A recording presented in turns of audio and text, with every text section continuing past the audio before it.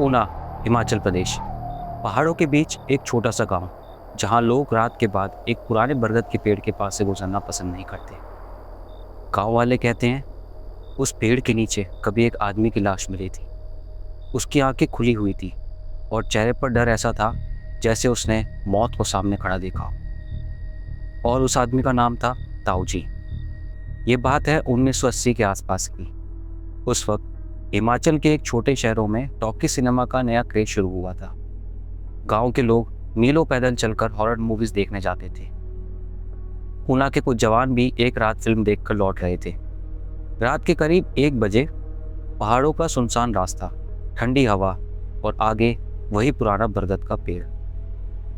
गांव के बुजुर्ग हमेशा कहते थे उस पेड़ के पास से गुजरो तो सीधा निकल जाना, पीछे मुड़कर कभी मत देखना। लेकिन उन दोस्तों के साथ एक आदमी था जो इन सब बातों पर विश्वास नहीं करता था। इन सबको वो अंधविश्वास समझता। गांव में लोग उसे कहते थे ताऊ जी। ना अंधेरे से डरते थे, ना भूतों की कहानियों से। और शायद इसी वजह से उस रात उन्होंने वो गलती कर दी जो किसी को नहीं करनी चाहिए थी। जैसे ही सब बरगद के पास पहुंचे, हवा अचानक थोड़ी ठंडी हो गई। पेड़ के पत्ते बिना हवा के भी हल्की सी आवाज़ कर रहे थे। तभी पीछे से सीटी की आवाज़ आई। सब रुक गए, कुछ पल चुपचाप खड़े रहे। फिर अचानक जैसे कोई भारी मटका ज़मीन पर गिरकर टूट गया हो। एक दोस्त ने धीरे से कहा, चलो जल्दी निकलते हैं। पर ताऊजी रुक गए। उन्होंने पेड़ की तरफ देखा और ज़ोर से आवाज़ लगाई, कौन है वहाँ? कोई जवाब नहीं। ताऊजी मुस्कुरा दिए। फिर उन्होंने मजाक में कहा, दम है तो सामने आ। और बस यही वो पल था जहाँ से सब कुछ बदल गया। पेड़ के ऊपर से अचानक एक भारी सी खड़खड़ाहट सुनाई दी, जैसे कोई भारी चीज हिल रही हो। सबने ऊपर देखा और फिर पेड़ की एक मोटी शाख से कुछ नीचे उतरने लगा। वो धीरे धीरे हवा में तैर रहा था, जमीन से कुछ फुट ऊपर रुक गया। वो एक औरत थी, कम से कम 7 फुट लंबी। उसके बाल पूरी तरह सफ़ेद थे। चेहरा अंधेरे में छुपा हुआ था, पर उसकी आंखें सफ़ेद चमक रही थी। फिर जब वो थोड़ी करीब आई तो सबकी सांसें रुक गई।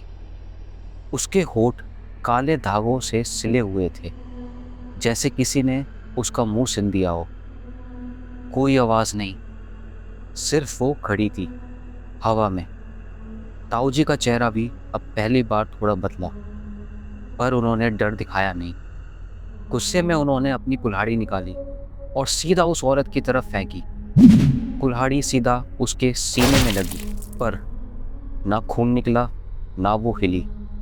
कुल्हाड़ी उसके शरीर के आर पार निकल गई। तब सबको समझ आया ये कोई इंसान नहीं था। और उस वक्त पहली बार उस औरत ने अपना सर थोड़ा झुकाया, जैसे वो ताऊ जी को देखकर मुस्कुरा रही हो।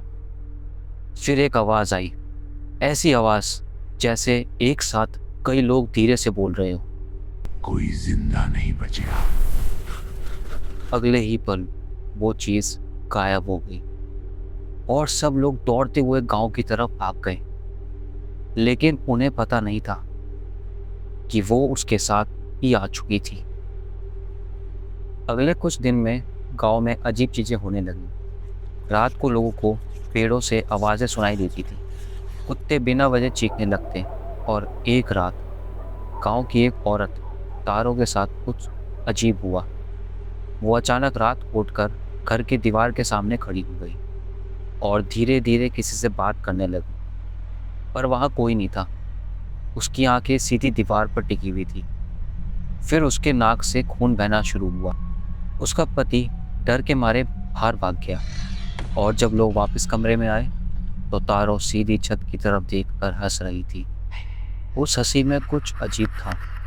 उसके होठ थोड़े थोड़े हिल रहे थे, जैसे कोई अंदर से सिलाई तोड़ने की कोशिश कर रहा हो। उस रात के बाद गांव में डर फैल गया। जानवर अजीब तरीके से मरने लगे।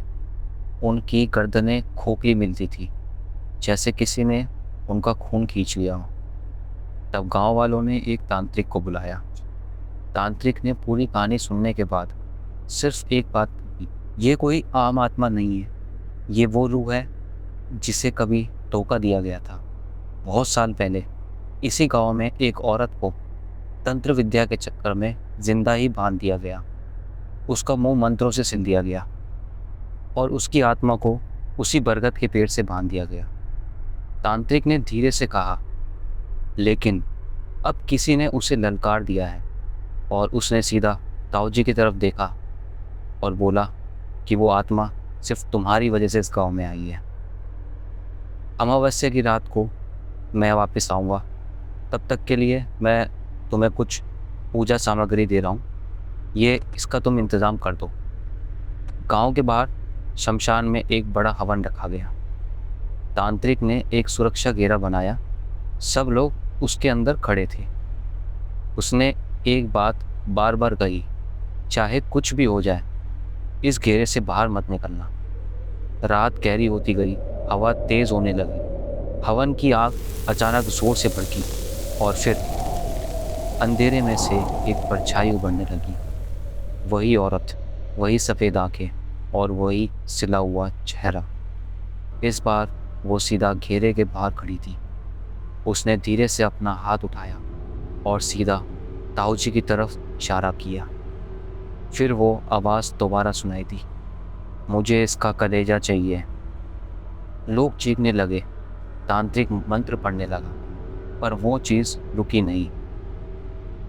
हवा और तेज हो गई, आग हिलने लगी। तब तांत्रिक ने ताऊ जी की तरफ देखा और कहा, इसे रोकने के लिए एक ही तरीका है, इसे खून चाहिए जिसने इसे ललकारा है।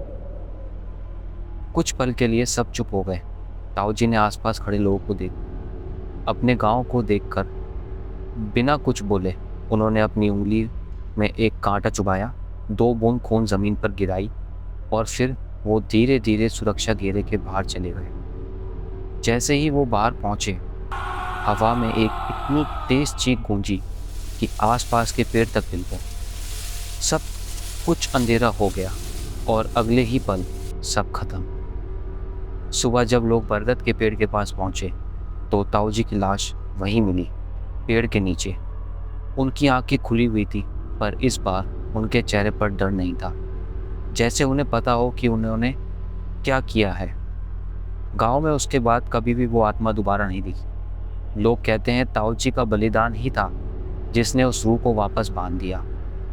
लेकिन पूना के कुछ लोग आज भी कहते हैं कि रात को कभी कभी उस बरगद के नीचे एक आदमी की परछाई खड़ी दिखती है और वो परछाई पेड़ की तरफ नहीं, गांव की तरफ देख रही होती है, जैसे आज भी किसी चीज़ को गांव में आने से रोक रही हो।